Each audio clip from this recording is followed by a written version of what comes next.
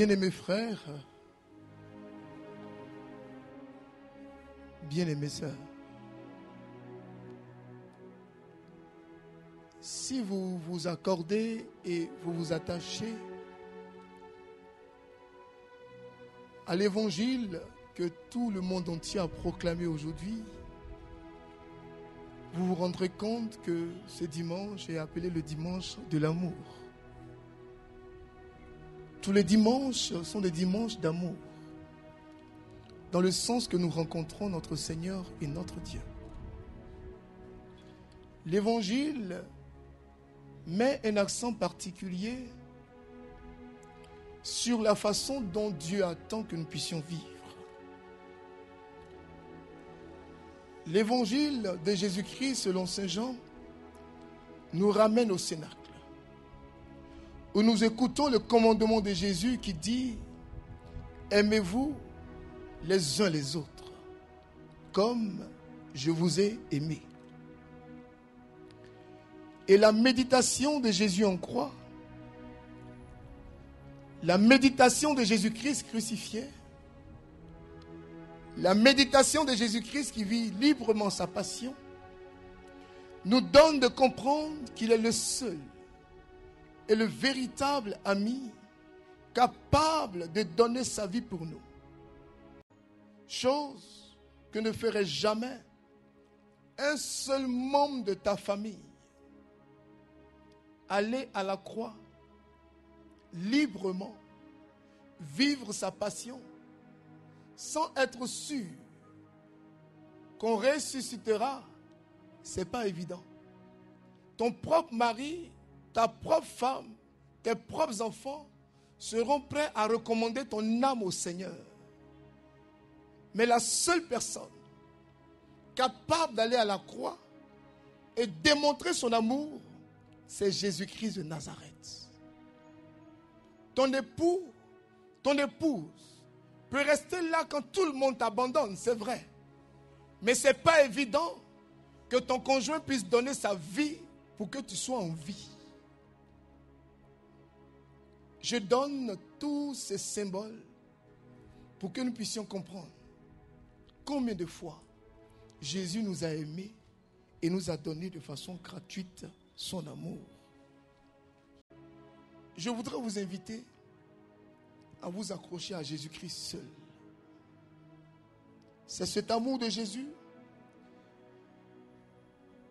qui nous donne d'expérimenter le Saint-Esprit.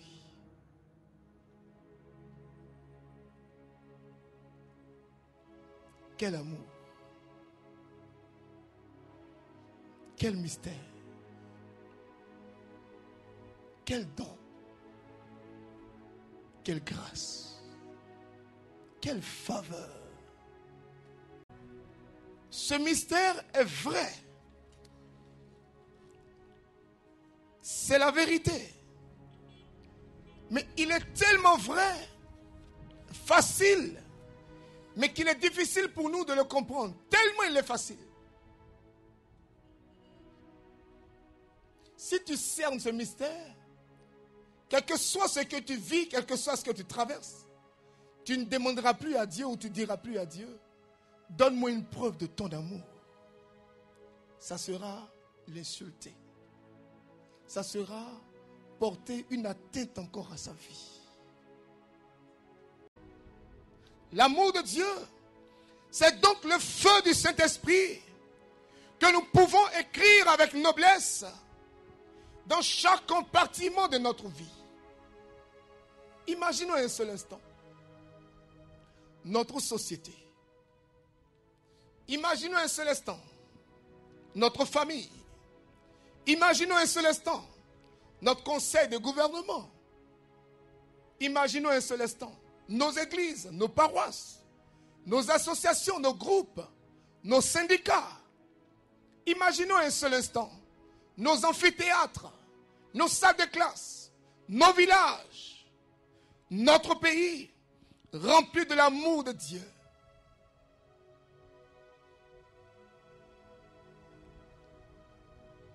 Le monde deviendrait meilleur. L'amour,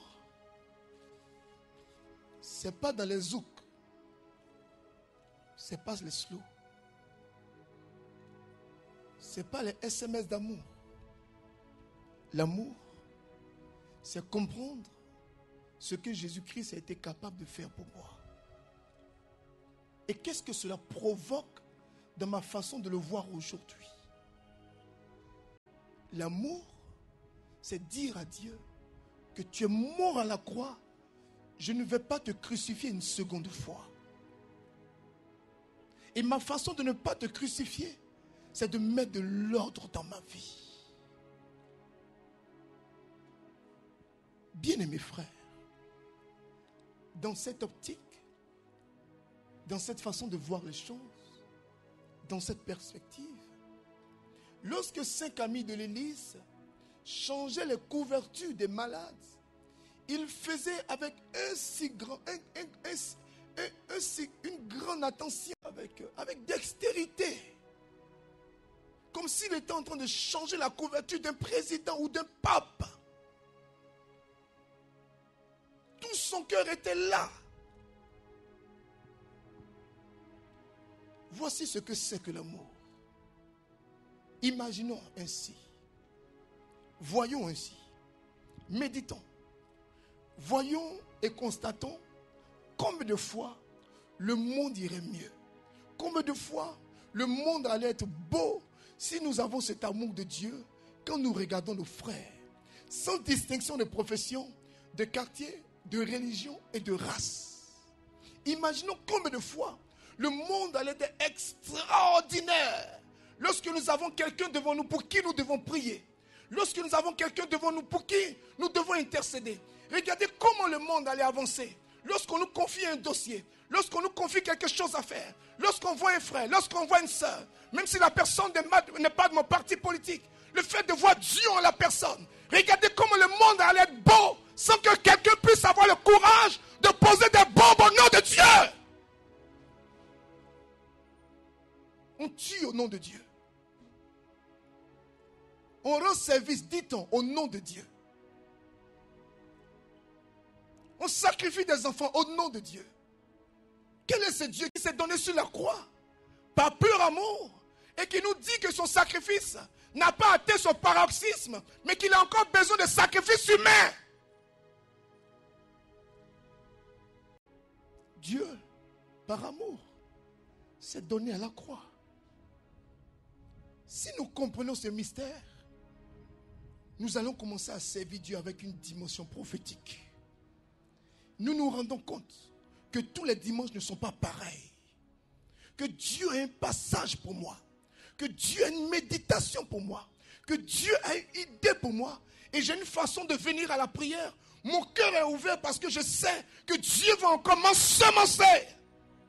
L'amour de Dieu, ce n'est pas de faire du bruit. C'est de communiquer ce que tu as reçu à ton frère. Ton frère à l'autre personne, une personne à une autre personne, une personne à une autre personne, et puis nous embrasons le monde, nous enflammons le monde par notre façon de concevoir.